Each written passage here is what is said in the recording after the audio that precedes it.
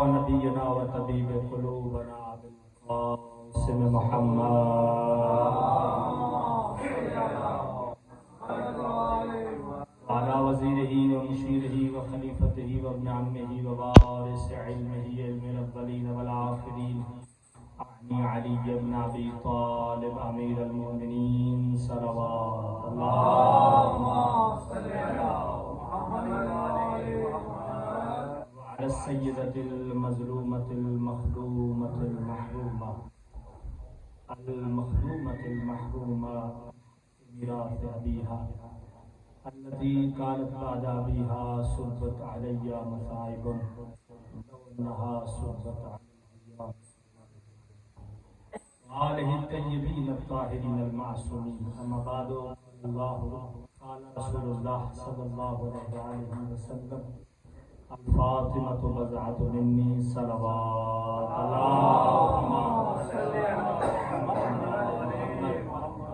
زیادہ اتنائی گفتگو نہیں، 15 سے 20 منٹ کا مجھے کہا گیا اس کے اندر صرف آپ احباب سے دعا لینے کے لیے، اور قبلہ موجود ہے، مجھ سے سینئر ہیں، ان سے دعا لینے کے لیے میں آپ مومن کی خدمت میں چند معروضات جناب سیدہ کے حوالے سے پیش کروں گا۔ محمد علی بیت محمد صلوات اللہم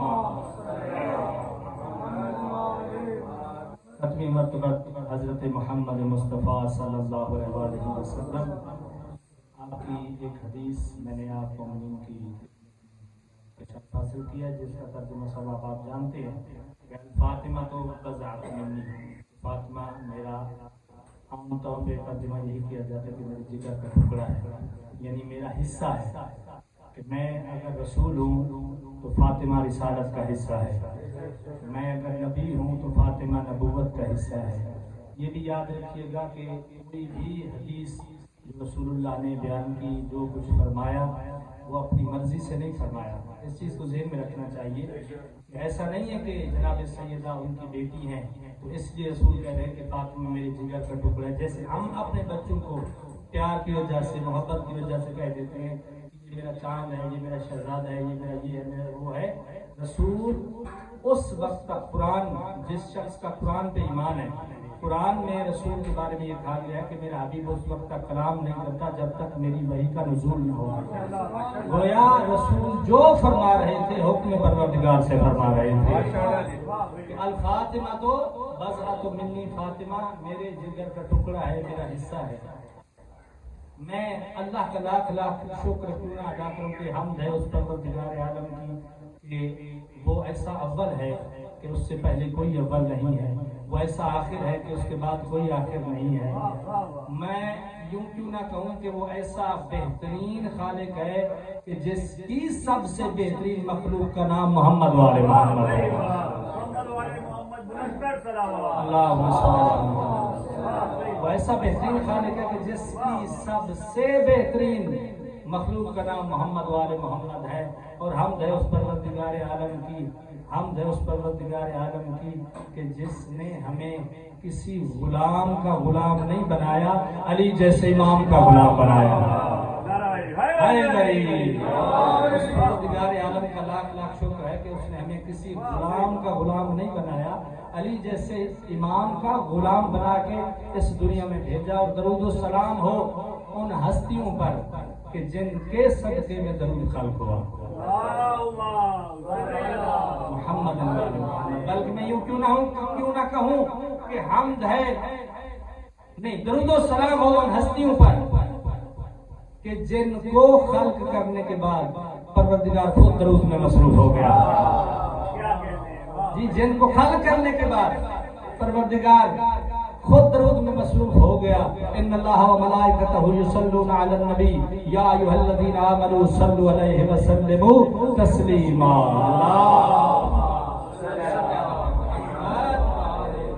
تو انسان اگر ساری اللہ کی نعمتوں کو بھول جائے، صرف اس ایک نعمت کا شکر ادا کرنا چاہے، تو انسان ساری زندگی سرسبزی میں رکھے تو اس ایک نعمت کا شکر ادا نہیں کر سکتا کہ اللہ نے جیسے رہبر و رہنما ہمیں عطا فرمائے ہیں، کسی کو کائنات عالم میں اللہ نے ایسے رہبر و رہنما نہیں دیے ہیں۔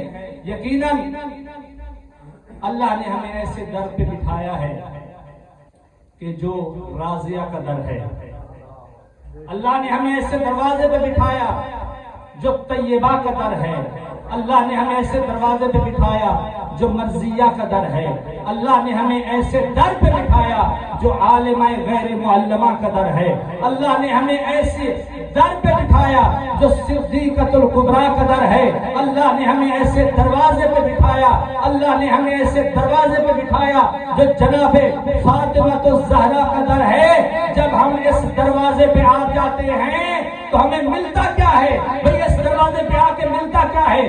دروازے تو اور بھی بہت ہے، اس دروازے پہ آنے کا مقصد کیا ہے؟ یہاں ملتا کیا ہے؟ نتیجہ کیا ہے؟ آپ دیکھیے گا، میں نتیجہ دیتا ہوں۔ جب ہم اس دروازے پہ آتے ہیں تو اس دروازے سے یا ہمیں شبیر کی عذاب ملتی ہے یا علی کی ملا ملتی ہے۔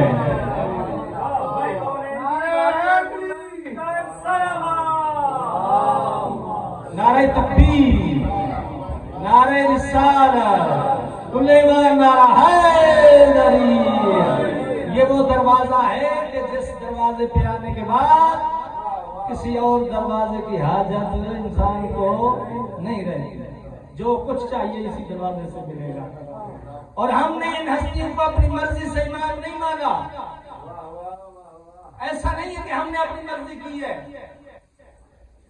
یعنی ہم نے وہی مانا جو ہمیں رسول نے بتایا۔ دین کس سے لینا تھا؟ رسول سے لینا تھا۔ رسول نے فرمایا کہ ان کی اطاعت واجب ہے، ان کی محبت واجب ہے، اور ہم نے کسی غیر کو اپنا امام نہیں بنایا۔ امام 12 ہیں، شجاعت ایک جیسی ہے، امام 12 ہیں، ریاضت ایک جیسی ہے، امام 12 ہیں، عبادت ایک جیسی ہے، امام 12 ہیں، مصلی ایک ہے، امام 12 ہیں، خون ایک ہے۔ نہ ان جیسا کوئی عالم آئے، اس گھرانے جیسا نہ کوئی عالم دنیا میں اور ملے گا۔ میں ایک جھلک آپ مومنین کی مولا کائنات کی حوالے سے پیش کرتا چلوں کہ اگر علم کا دیکھنا ہو تو مولا کائنات علی ابن ابی طالب علیہ السلام ارشاد فرماتے ہیں کہ اللہ کے رسول اللہ صلی اللہ علیہ وسلم نے مجھے 1000 باب علم کے عطا فرمائے۔ کتنے؟ 1000 باب علم کے عطا فرمائے رسول اللہ نے۔ پھر مولا ارشاد فرماتے ہیں کہ ہر باب میں سے مجھ علی نے 1000 باب اور تخلیق کیے۔ اسی لیے نہیں منبر پہ بیٹھ کے کہا کہ سلونی قبل ان تفقدونی، پوچھو مجھ علی سے، میں زمین سے زیادہ آسمان کے راستوں کو جانتا ہوں۔ کسی نے سوال کیا کہ یا علی آپ نے اتنا بڑا دعویٰ کر دیا، سوچا کیوں نہیں ہے؟ تو مولا نے شاید فرمایا کہ تیرے ہاتھ کی انگلیاں کتنی ہیں؟ تو اس نے کہا کہ فوراً جواب دیا کہ 5۔ مولا نے کہا کہ تم نے سوچا کیوں نہیں؟ فوراً کو جواب دے دیا۔ اس نے کہا مولا مجھے سوچنے کی ضرورت نہیں ہے کہ میں کہہ رہا ہوں مولا، وہ تو مانتے نہیں تھا، اگر مانتا ہوتا تو سوال نہ کرتا۔ تو مولا مجھے انگلیوں کے بارے میں، ہاتھ کی انگلیوں کے بارے میں سوچنے کی ضرورت نہیں ہے، یہ ہر وقت میرے آنکھوں کے سامنے رہتی ہے۔ تو مولا نے ارشاد فرمایا کہ جس طرح تمہیں اپنے ہاتھ کے بارے میں سوچنے کی ضرورت نہیں ہے، علی کو کائنات کے بارے میں سوچنے کی ضرورت نہیں ہے۔ اور مولا ارشاد فرماتے ہیں کہ اگر مجھے مسند قضا پر بٹھا دیا جائے، یعنی فیصلے والی کرسی پہ بٹھا دیا جائے، تو میں تورات والوں کو تورات سے، زبور والوں کو زبور سے، انجیل والوں کو انجیل سے، قرآن والوں کو قرآن سے ہر سوال کا جواب بتاؤں، اس طرح مسئلے کا حل بتاؤں کہ لوگ نہ کہیں، لوگ واہ واہ نہ کریں، حتیٰ کہ ہر کتاب خدا یہ پکار اٹھے کہ علی نے فیصلے کا حق ادا کر دیا ہے۔ جس کی عدالت کی گواہی قرآن دے، جس کی عدالت کی گواہی تورات دے، ہم نے ان کو امام بنایا ہے کہ جو اللہ کے منتخب ہے۔ ایسا نہیں ہے، ہم نے کسی کو ایسے کوئی امام نہیں بنایا کہ اگر کوئی سوال کرنے جائے تو وہ خود موصوف بیٹی سے مسئلہ پوچھنے چلے جائیں۔ میں پوچھ کے بتاؤں گا، ہم نے کسی ایسے کو امام نہیں مانا، بنایا نہیں مانا، بنایا اللہ نے ہے۔ اللہ کے بنائے ہوئے کو ہم نے امام مانا ہے، اور ہم نے کسی ایسے شخص کو بھی امام نہیں مانا کہ جو خود جنت کا طلبگار ہو، جو خود جنت کا طلبگار ہو یا یہ دعویٰ کرے کہ میں جنتی ہوں۔ ہم نے کسی جنتی شخص کو امام نہیں بنایا، بلکہ جوانان جنت کے سردار کو امام بنایا ہے۔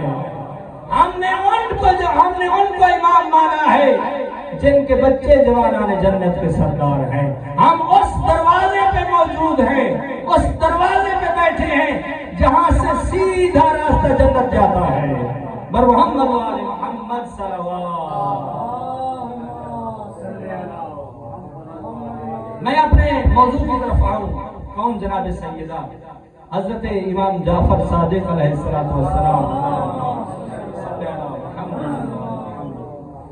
مولانا شاہ فرماتے ہیں کہ اللہ نے ہماری جدہ کے 9 نام رکھے ہیں، 9 نام۔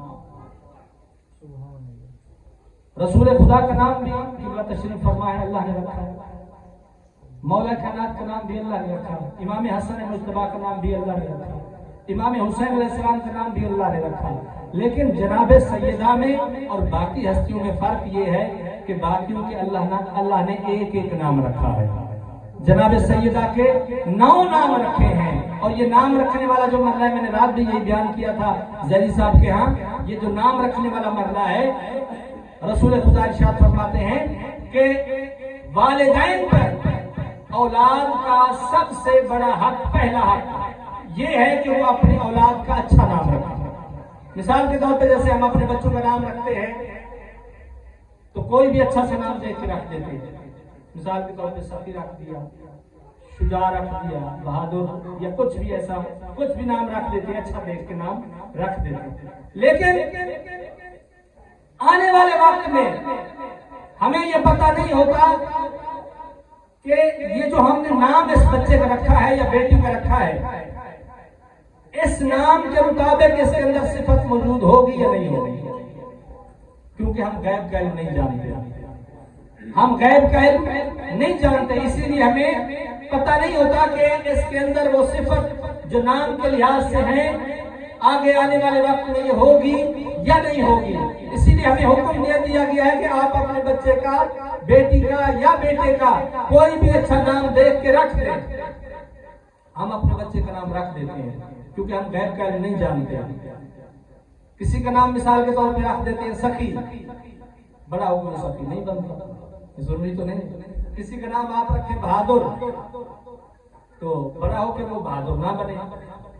اسی لیے تاریخ میں بھی بڑے لوگوں کے بارے میں ملتا ہے کہ کوئی جلالی تھا، کوئی بہادر تھا، لیکن میدان میں سوائے مولا کے کوئی بھی نہیں ٹکتا تھا۔ تو یہ فرق ہے ہمارے نام رکھنے میں اور اللہ کے نام رکھنے میں۔ لیکن یہ یاد رکھیے گا کہ اللہ کیونکہ عالم الغیب ہے، جانتا ہے، توجہ رکھیے گا، اللہ عالم الغیب ہے، جانتا ہے۔ اللہ جب کسی کا نام رکھتا ہے، اللہ جب کسی کا نام رکھتا ہے تو ایسے نہیں رکھ دیتا۔ اللہ جب کسی کو تعریف کے قابل پاتا ہے تو نام محمد رکھ دیتا ہے۔ اللہ جب کسی کو تعریف کے قابل پاتا ہے تو نام محمد رکھ دیتا ہے، اور اللہ جب کسی کے اندر بلندیاں ہی بلندیاں دیکھتا ہے تو نام علی رکھ دیتا ہے، اور اللہ جب کسی کے اندر صبر، شجاعت، استقامت، علم اور بردباری کی صفتوں کو پاتا ہے تو نام حسن اور حسین رکھ دیتا ہے، اور اللہ جب کسی کے اندر جہنم سے چھڑانے والی صفت کو پاتا ہے تو نام فاطمہ رکھ دیتا ہے۔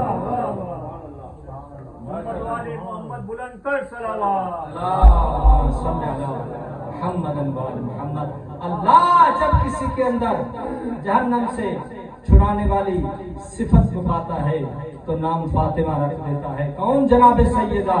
یہ کون سا گھر ہے؟